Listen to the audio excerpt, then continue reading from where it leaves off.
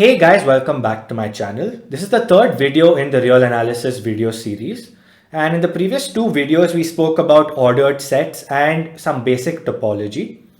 So we're not done with basic topology entirely, but I thought I'd have a quick problem solving session so that you guys can better understand the concepts. So that's what we'll be doing today.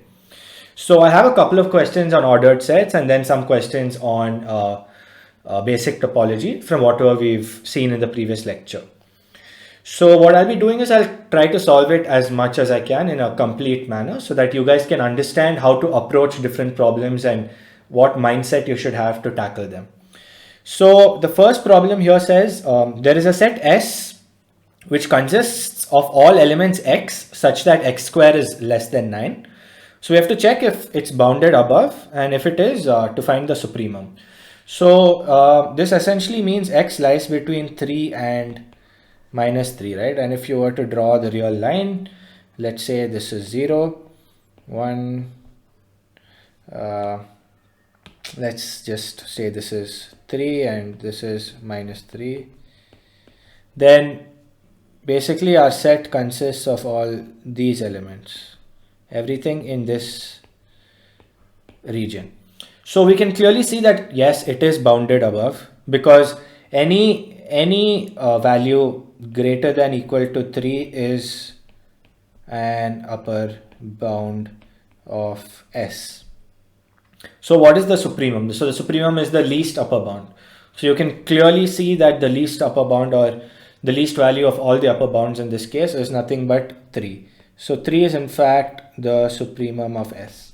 So this is a very simple question, but in general, if you have any set where the elements depend upon some relation like this, you just try to find what those elements are. So for me, I could just plot it on the real line, and we are dealing with real numbers, so it's likely that you'll be able to locate the points. Then yeah, you just try to logically see, is it bounded above, is it bounded below, what is the least upper bound, and what is the lowest, greatest lower bound. Okay, so the second question says, again, the set S basically consists of all element X such that ln of X is less than 2. So what we're going to do is just quickly do a transformation here. Ln X less than 2 implies that X is less than E square.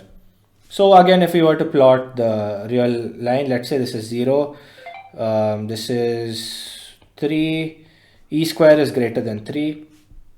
E square is 2.7, right? So it's less than 9 as well. So let's say this were 9 somewhere here. So yeah, so it's basically all elements to this side. So if E square were here, so we can clearly see that yes, S is bounded above, and supremum of S is actually E square. Again, a very straightforward, simple question. So mostly with upper bounds and least upper bounds and greatest lower bounds, the questions are pretty straightforward. You just have to, break down the set, see where the elements are, and come up with your answer. Now, the trickier stuff comes when we talk about basic topology. So here we have three things. One is N, which is the set of natural numbers. Is it finite, infinite, countable, or uncountable? So in fact, in the previous video, I actually spoke about the set of natural numbers, that yes, the set of natural numbers are in fact,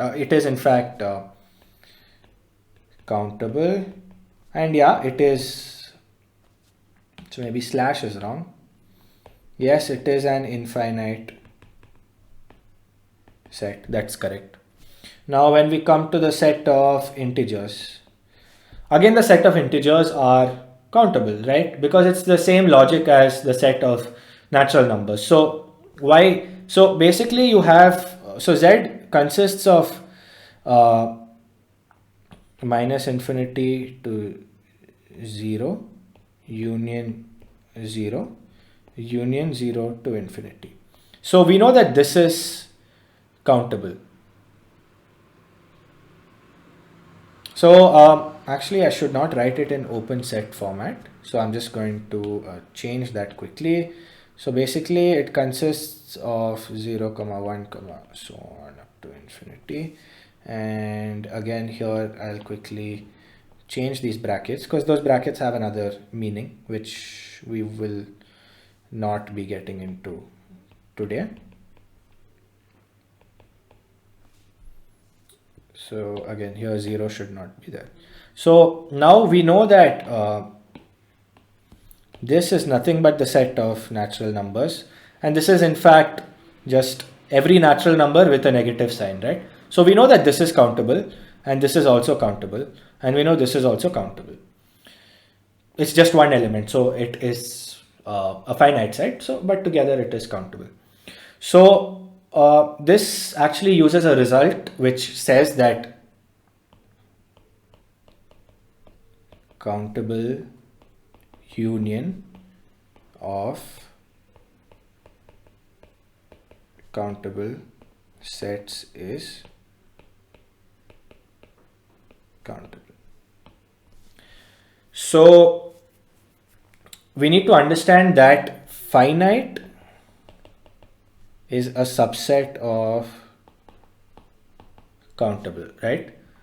So if a set, so what I mean by subset is that if I use the word countable, if something is true for countable, then it's also true for finite. So here Z, we have represented Z as the union of three countable sets.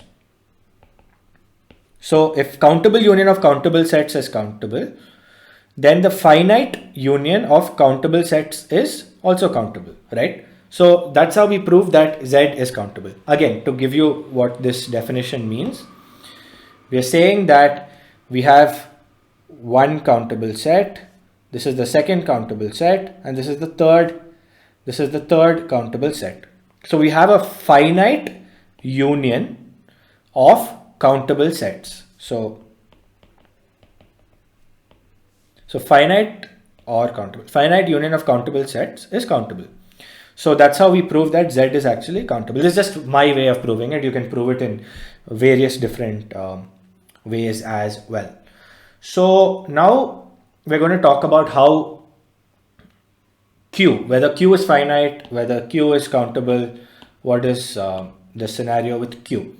So I'm actually just going to add a page here, and what I'm going to do is give you a rough understanding. So Q, right, that's the set of rationals. So if I want to show that something is countable, I basically have to show that there is an equivalence relation between the set Q and J. And J we know is essentially nothing but the set of, just some indices.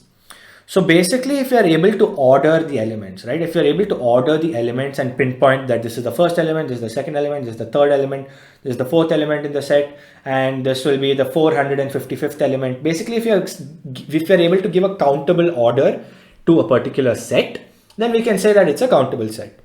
So the way we can do that is as follows. And this is a very important principle, and you should remember this in general. That's why I'm discussing it here. So let's say I were to make a matrix, right?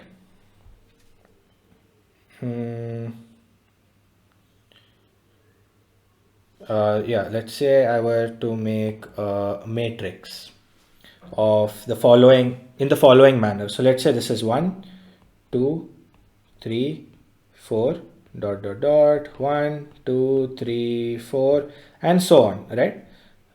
We don't really care exactly about all the elements. It's to give you basically the idea of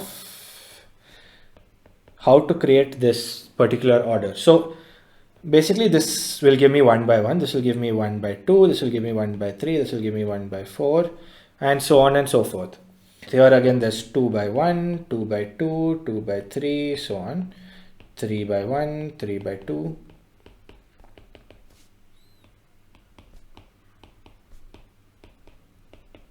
And so on.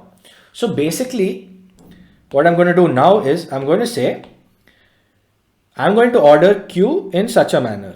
So basically the order for Q is going to be denoted by this red color which I'm taking. So basically I'm going to order it this way.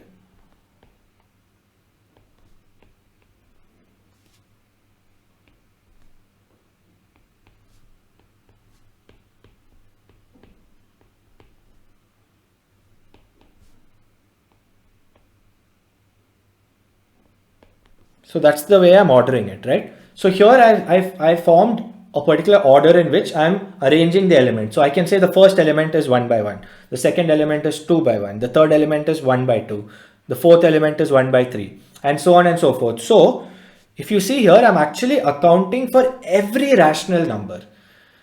And I can specifically pinpoint, okay, if you told me what is the seventh number in my particular, the way I have arranged it, what is the seventh particular value? So this is 1, so this is 1, this is 2, this is, maybe I should draw with a different color, right? So that it's not confusing. So this is 1, this is 2, this is 3, this is 4, this is 5, this is 6, this is 7. So the seventh element would be 4, the way I have ordered it. And I can account for every element, and I can specifically tell you whatever index you give me. If I just follow this particular order, I'll be able to pinpoint and tell you that this is that element in the index that you specified. And at the same time, it doesn't end. So I can't tell you the last element, right? So that's why Q is in fact countable. Okay, so now we're going to be dealing with a very important result. And so essentially, this is a proof. So we have to prove that if A is a subset of B and A is uncountable, then B has to be uncountable. So how do we do that? So in real analysis, there is a very common way in which we prove things, and that is by the proof of contradiction. So we assume, if possible, let B is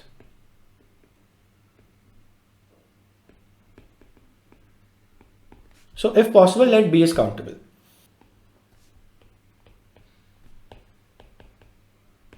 Cool. So we assume that if possible, let B is countable and that A is a subset of B. This is the assumption that we have made. Now, this means that if you remember from, the last video which we spoke about, right? So that if B is a countable set, in the last lecture, we spoke about a result which basically said that if you have a countable set and you take an infinite subset of it, that set also has to be countable. Or in other words, we said that there can be no uncountable subset of a countable set. That's what we said. So we know B, we have assumed that B is countable. So if this is true, this implies that A has to be finite or countable. And this is a contradiction to the fact that A is actually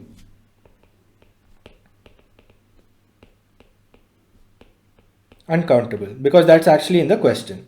So in the question it says A is uncountable. That's one of the statements in the question.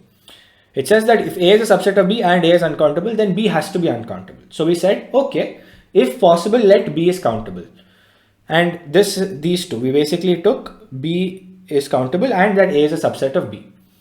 So if B were countable, then the only possibility is that A is countable or finite. These are the only two options. But we know for a fact that A is in fact uncountable. So by the method or proof of method of contradiction, we have proved that B cannot be countable. So this assumption is wrong. This assumption is wrong. Therefore, B has to be uncountable. So this is the proof of contradiction.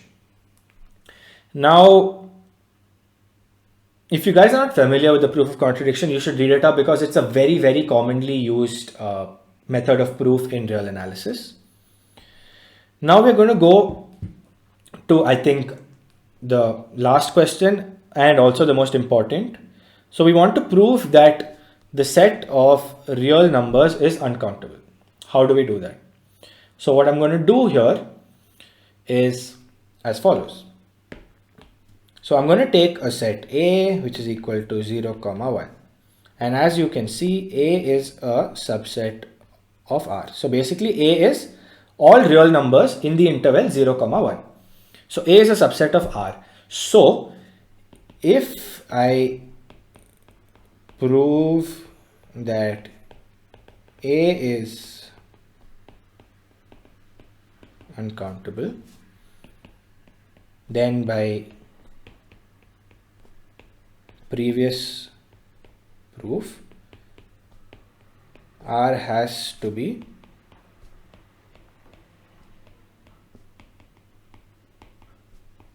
countable. Correct? That's why the previous question was important. So the previous question says, if I have A which is a subset of B and A is uncountable, then B has to be uncountable. So here I'm taking A which is 0, all real numbers in the interval 0, 1, and it is a subset of the real numbers. So if I can prove that A is uncountable, then R has to be uncountable. So now the only thing you have to do is prove this part, right? You have to prove this thing. So how do you prove that all real numbers in this interval is uncountable? How do I prove that? So I'm not going to give you the answer today. I'm going to give you a hint and you guys can read it up, and I will solve this question in the beginning of the next tutorial, or basically the next problem solving session. So this proof essentially uses Cantor's diagonalization